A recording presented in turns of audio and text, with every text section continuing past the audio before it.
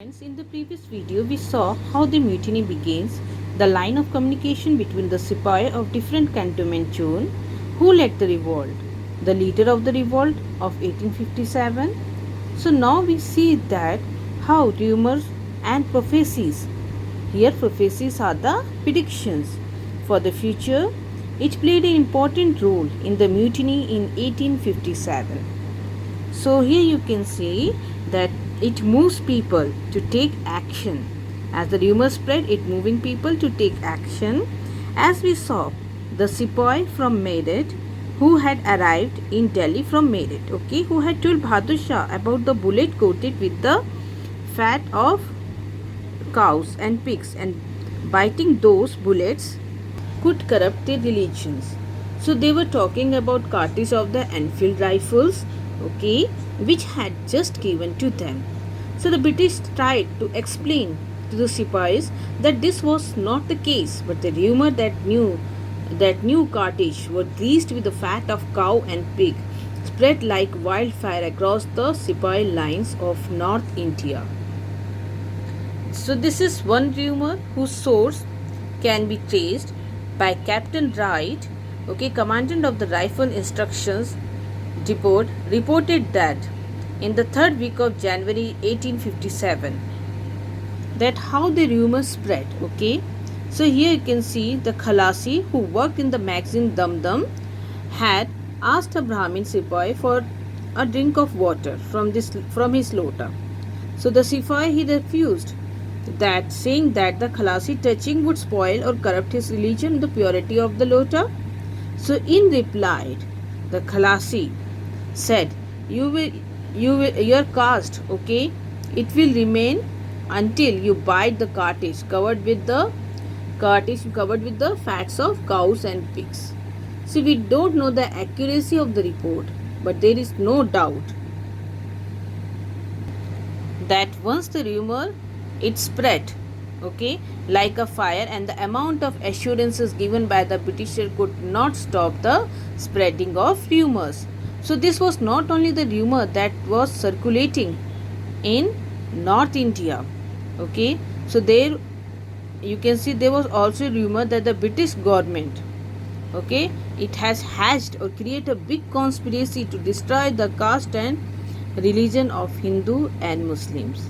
And once such rumors that the British has mixed the bone dust of cow and pig in the flour that was sold in the markets. So in town and the cantonment, the sepoys and you can see the common people refused to touch the atta. So there were fears and suspicions that the British wanted to convert Indian to Christianity. So these fears steers man in actions.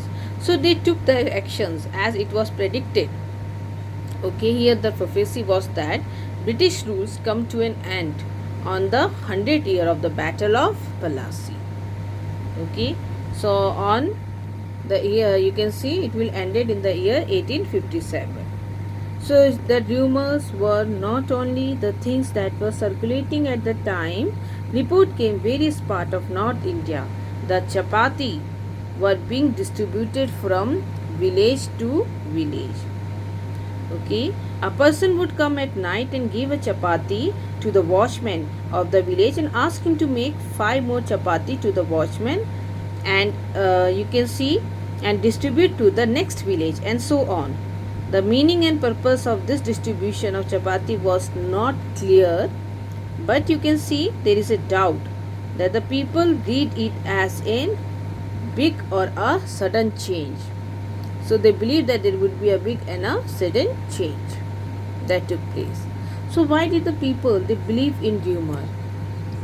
Okay, if we talk about this rumor and prophecies in histories, whether it is accurate, correct or not, we need to see that what they reflect about the minds of the people who believe them, their fear and apprehensions, their faith and convictions.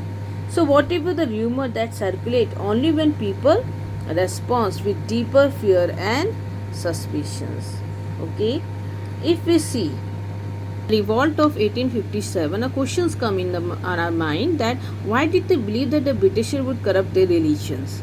So you can see there was the policy that was pursued by the British government. Okay, under Lord William Bentinck, the British adopted the policy of reforming Indian society as you can see as the introduction or introducing the Western ideas, the Western education and Western institutions.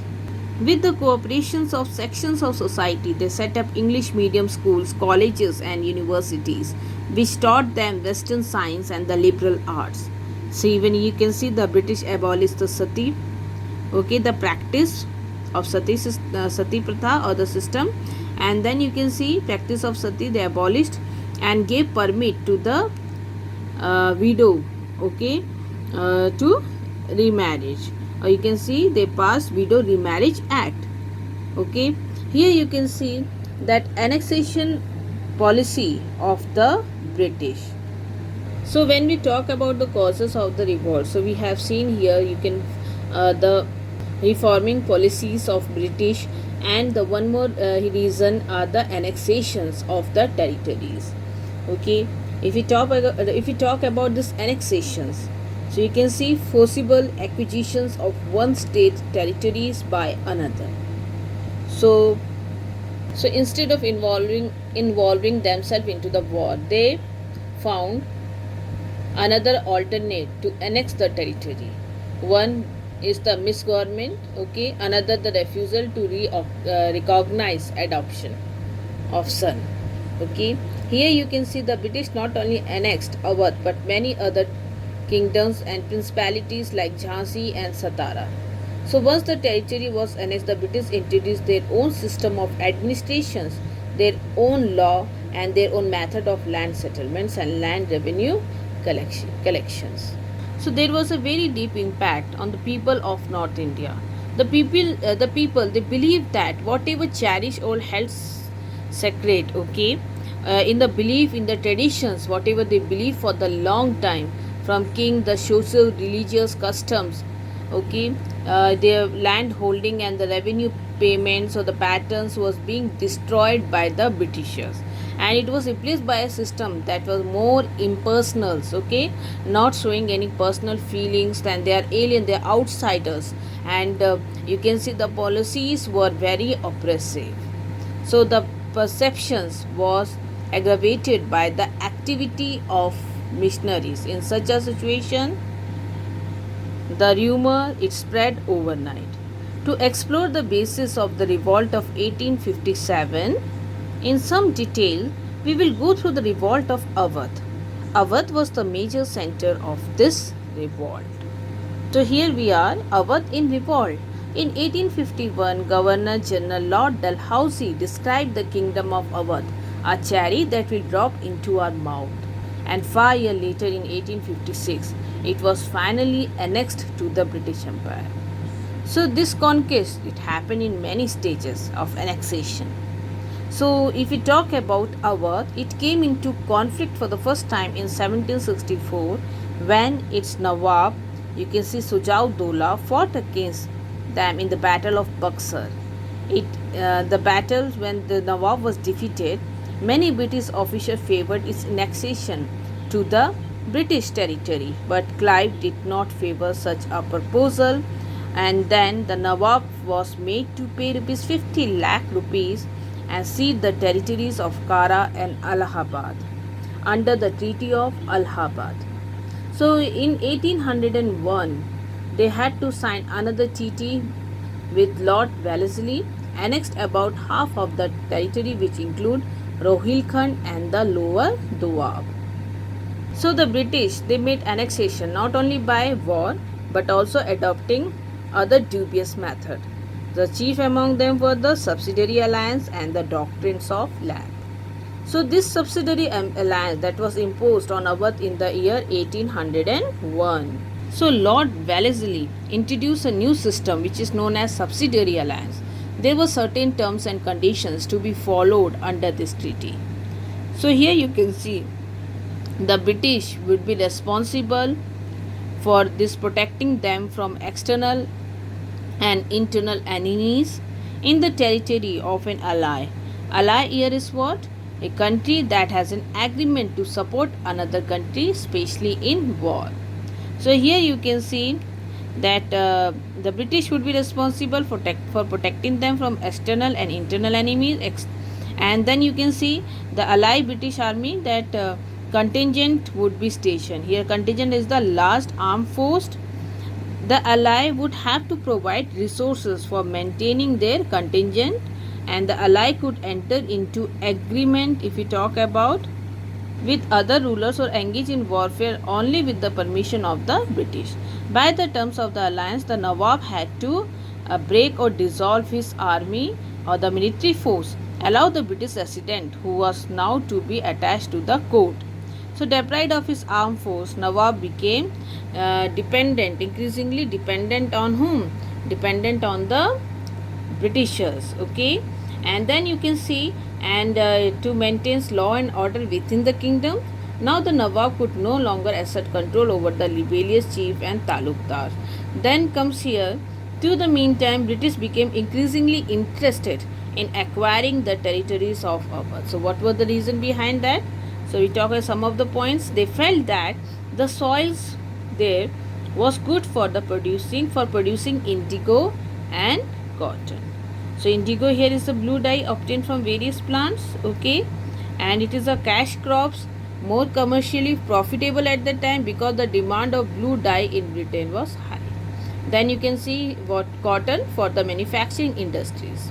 Second comes the location of Awadh, as the region of Awadh ideally located to be developed in a principal market of Upper India. So by the early 1850s, moreover, all the major area of India had conquered. So Maratha land, the Doab, the Carnatic, the Punjab, the Bengal. The take care of Awadh in 1856 expect to complete the process of territorial annexations that had begun with the conquest of Bengal almost century earlier. So Wajid Ali Shah was dethroned here to remove from the throne, and exile here, and exile to Calcutta. Exile means what? If someone is living in exile, they are living in other country or the state because they cannot live in their own country. Okay, and on the plea that reason was what? Misgoverned. The British government also wrongly assumed that Wajid Ali Shah was unpopular ruler.